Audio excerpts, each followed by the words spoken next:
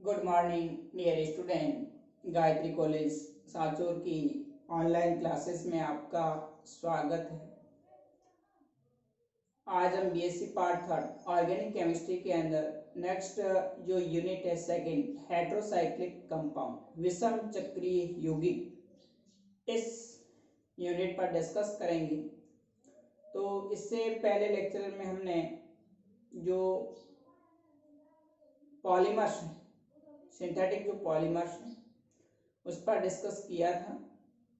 अब देखिए नेक्स्ट जो सेकंड यूनिट है हेट्रोसाइक्लिक कंपाउंड विषम चक्रीय यौगिक। इसके अंदर जो विषम चक्रीय यौगिक होते हैं उनमें कुछ जो विषम चक्रीय यौगिक है उनकी संरचना, उनको बनाने की विधियां, भौतिक गुण और रासायनिक गुण, इस पर डिस्कस करेंगे। तो देखिए सबसे पहले अपन बात करते हैं कि विषम चक्रीय यौगिक क्या होते हैं। हेट्रोसाइक्लिक जो कंपाउंड्स होते हैं उसके अंदर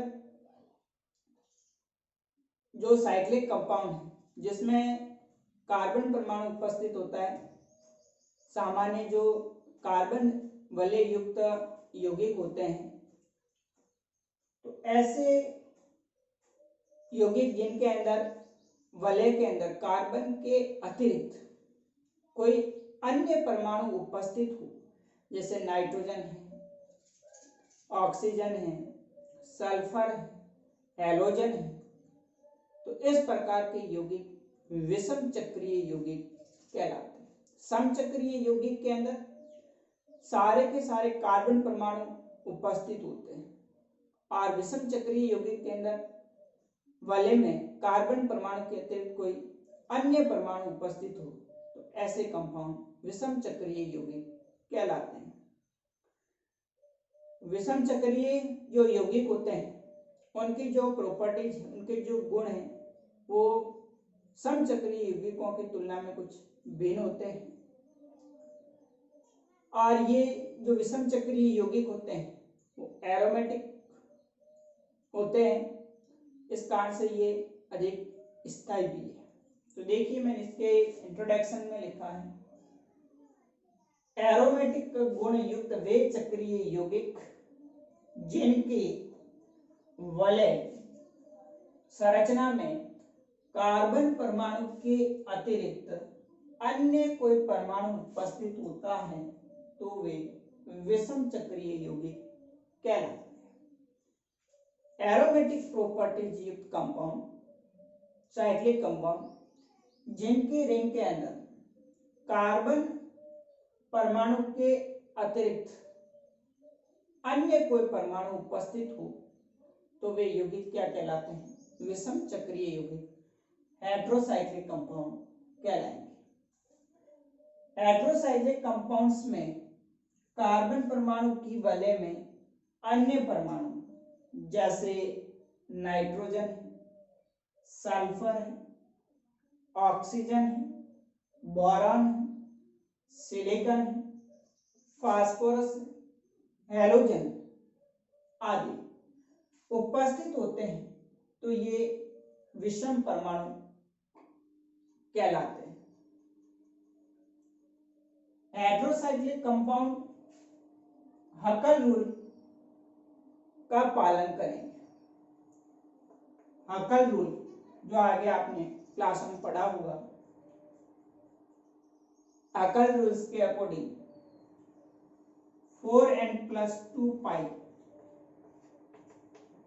यानी कोई भी कंपाउंड, साइक्लिक कंपाउंड जिनमें पाई इलेक्ट्रॉन की संख्या 4n+2 के अकॉर्डिंग है, तो इसको हम हकल नियम कहा जाता है, जहाँ n = 0, 1, 2, 3 रखने पर 2 पाई इलेक्ट्रॉन्स, 6 पाई इलेक्ट्रॉन्स, इस प्रकार से अगर किसी कंपाउंड के अंदर उपस्थित होते हैं तो वह हकल रूल का पालन करते हैं, तथा इनमें अनुनाद होने के कारण, साथ ही साथ क्या होता है, इनमें रेजोनेंस होने के कारण इनका जो स्थायित्व है वो क्या होता है, अधिक होता है।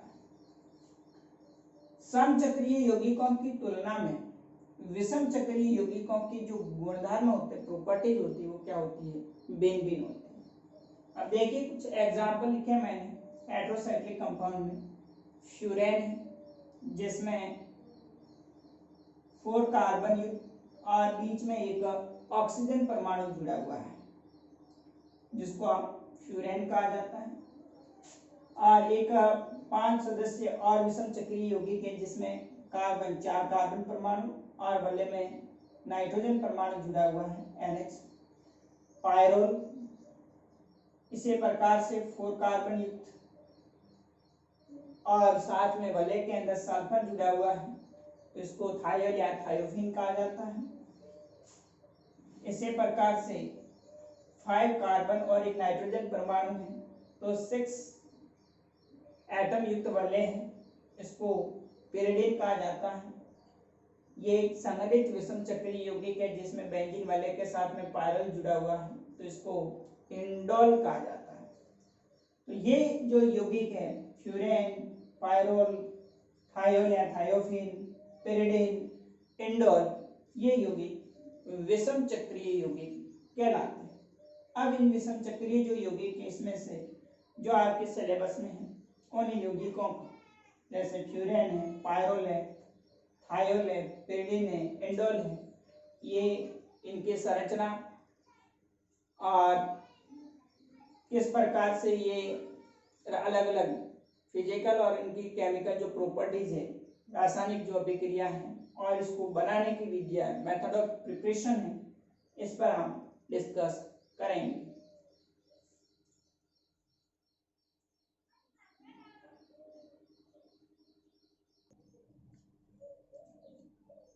हेटेरोसाइक्लिक कंपाउंड के अंदर सबसे पहले हम बात करते हैं पायरोल। पायरोल जो हेटेरोसाइक्लिक कंपाउंड उसकी हम आणविक जो संरचना है, अणुकक्षक और ये कौन कौन सी रासायनिक अभिक्रियाएं दर्शाएगा, इसका प्रिपरेशन, भौतिक गुण, इस पर डिस्कस करेंगे। तो देखिए जो पायरोल होता है उसके अंदर 4 कार्बन और एक नाइट्रोजन युक्त 5 मेंबर हेटेरोसाइक्लिक कंपाउंड होता है। तो इसका हम आणविक कक्षक संरचना देखें तो आणविक कक्षक सिद्धांत के अनुसार आणविक कक्षक जो संरचना है उसके अकॉर्डिंग जो पायरोल होता है उसमें प्रत्येक कार्बन परमाणु sp2 संकृत अवस्था में होता है। यानी जो पायरोल है उस पायरोल के अंदर चारों कार्बन परमाणु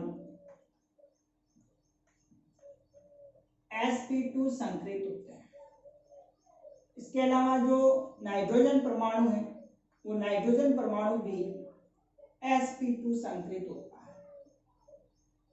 तो देखिए 4 कार्बन परमाणु हैं और चारों के चारों sp2 संकृत हैं। प्रत्येक कार्बन परमाणु का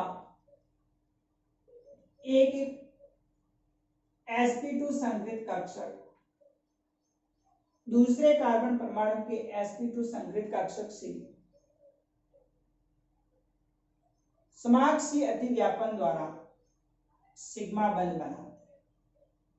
इसी प्रकार इस कार्बन परमाणु का एक sp2 संकृत कक्षक इस कार्बन परमाणु के sp2 संकृत कक्षक से समाक्षीय अतिव्यापन द्वारा सिग्मा बंध बनाएगा। ऐसे कैसे कार्बन परमाणु का एक sp2 संकृत कक्षक नाइट्रोजन परमाणु के sp2 संकृत कक्षक से ओवरलैपिंग के दौरान सिग्मा बंध बनता है।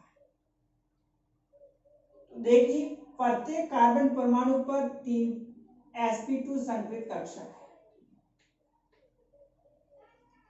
और ये sp2 संकृत कक्षक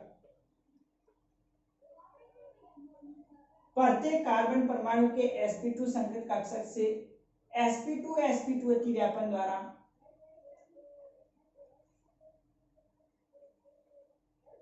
सिग्मा बंध बनाएंगे।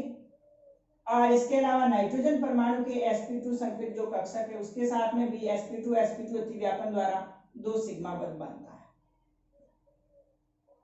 इस प्रकार से आप देख रहे हैं कि sp2 अतिव्यापन द्वारा 1, 2, 3, 4 और 5 सिग्मा बंध बनते हैं। इसके अलावा प्रत्येक कार्बन परमाणु का जो एक sp2 संकृत कक्षक है वो हाइड्रोजन परमाणु का जो 1s कक्षक होता है उस हाइड्रोजन परमाणु के s कक्षक 1s कक्षक से अतिव्यापन करके sp2s अतिव्यापन से इनके बीच में 3 सिग्मा बंध बनते हैं। यानी प्रत्येक कार्बन परमाणु पर एक हाइड्रोजन परमाणु भी उपस्थित होता है। तो हाइड्रोजन परमाणु का 1s कक्षक और sp2 संकृत कार्बन का sp2 जो संकृत कक्षक है उनमें sp2s अतिव्यापन होता है। तो इसमें 2 प्रकार के ओवरलैपिंग होगी, एक तो sp2 और दूसरा sp2s से सिग्मा बंध बनेंगे। sp2s अतिव्यापन से 1, 2, 3 और 4 हाइड्रोजन परमाणु बंध बनाएंगे। इसके अलावा नाइट्रोजन परमाणु का जो एक sp2 संकृत कक्षक है वो हाइड्रोजन के 1s कक्षक के साथ भी अतिव्यापन करके एक सिग्मा बंध नाइट्रोजन और हाइड्रोजन परमाणु के बीच में बनता है। इसके अलावा प्रत्येक कार्बन परमाणु और नाइट्रोजन परमाणु पर एक असंकृत p कक्षक उपस्थित होता है। कार्बन परमाणु के एक असंकृत p कक्षक पर एक इलेक्ट्रॉन उपस्थित होगा और नाइट्रोजन परमाणु के असंकृत p कक्षक में लॉन पेयर एकांकी इलेक्ट्रॉन युग्म उपस्थित होता है। तो ये नाइट्रोजन परमाणु के एकांकी इलेक्ट्रॉन युग्म और प्रत्येक कार्बन परमाणु पर उपस्थित एक जो असंकृत p कक्षक होगा उसमें पार्शियली ओवरलैपिंग होती है, समपार्श्विक अतिव्यापन होता है और उससे क्या बनता है, पाई बंध बनता है। तो यहाँ पर देखिए मैंने अलग से ये जो प्रत्येक कार्बन परमाणु है और नाइट्रोजन परमाणु ये असंकृत p ऑर्बिटल है, p कक्षक है। तो प्रत्येक जैसे रिंग है और उस रिंग के अंदर ये कार्बन परमाणु, दूसरा कार्बन परमाणु, तीसरा कार्बन परमाणु, चौथा कार्बन परमाणु और नाइट्रोजन परमाणु। तो इस प्रकार से प्रत्येक कार्बन परमाणु पर और नाइट्रोजन परमाणु पर उपस्थित जो असंकृत p कक्षक उनमें आपस में पाई आणविक कक्षक का निर्माण होगा। यानी ये समपार्श्विक अतिव्यापन करके इसकी जो असंकृत p कक्षक में उपस्थित इलेक्ट्रॉन और नाइट्रोजन के लॉन पेयर है वो आपस में पाई बंध का निर्माण करेंगे, एक पाई वलय का निर्माण करेंगे। तो इस कारण से जो पायरोल होता है वो कैसा है, एरोमेटिक होता है, उसका संस्ट्रक्ट कंप्लीट होता है। तो ये है जो पायरोल उसकी आणविक संरचना, या मैंने लिखा है देखिए कि पायरोल में नाइट्रोजन परमाणु, पायरोल में कार्बन परमाणु की वलय संरचना में विषम परमाणु नाइट्रोजन तथा सभी कार्बन परमाणु sp2 संकृत होते हैं। नाइट्रोजन परमाणु भी sp2 संकृत होता है। यह आपस में sp2 तथा हाइड्रोजन के साथ sp2s अतिव्यापन द्वारा सिग्मा बंध बनाते हैं। इसके अतिरिक्त प्रत्येक कार्बन तथा नाइट्रोजन परमाणु पर एक असंकृत p कक्षक उपस्थित होता है जिसमें उपस्थित इलेक्ट्रॉन समपार्श्विक अतिव्यापन से पाई बंध बनाते हैं। इस प्रकार जो पायरोल की संरचना होती है वो पेंटागोनल प्लेनर होती है, पंचकोणीय समतलीय होती है। वलय के ऊपर तथा नीचे पाई इलेक्ट्रॉन का विस्थानीकरण से इलेक्ट्रॉन षष्ठक का निर्माण होता है। अतः एरोमेटिक गुण के कारण जो पायरोल होता है वो अधिक स्थायी होता है। तो ये पायरोल की आणविक संरचना है।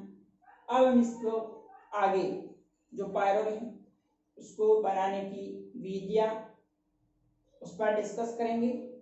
Okay, thank you.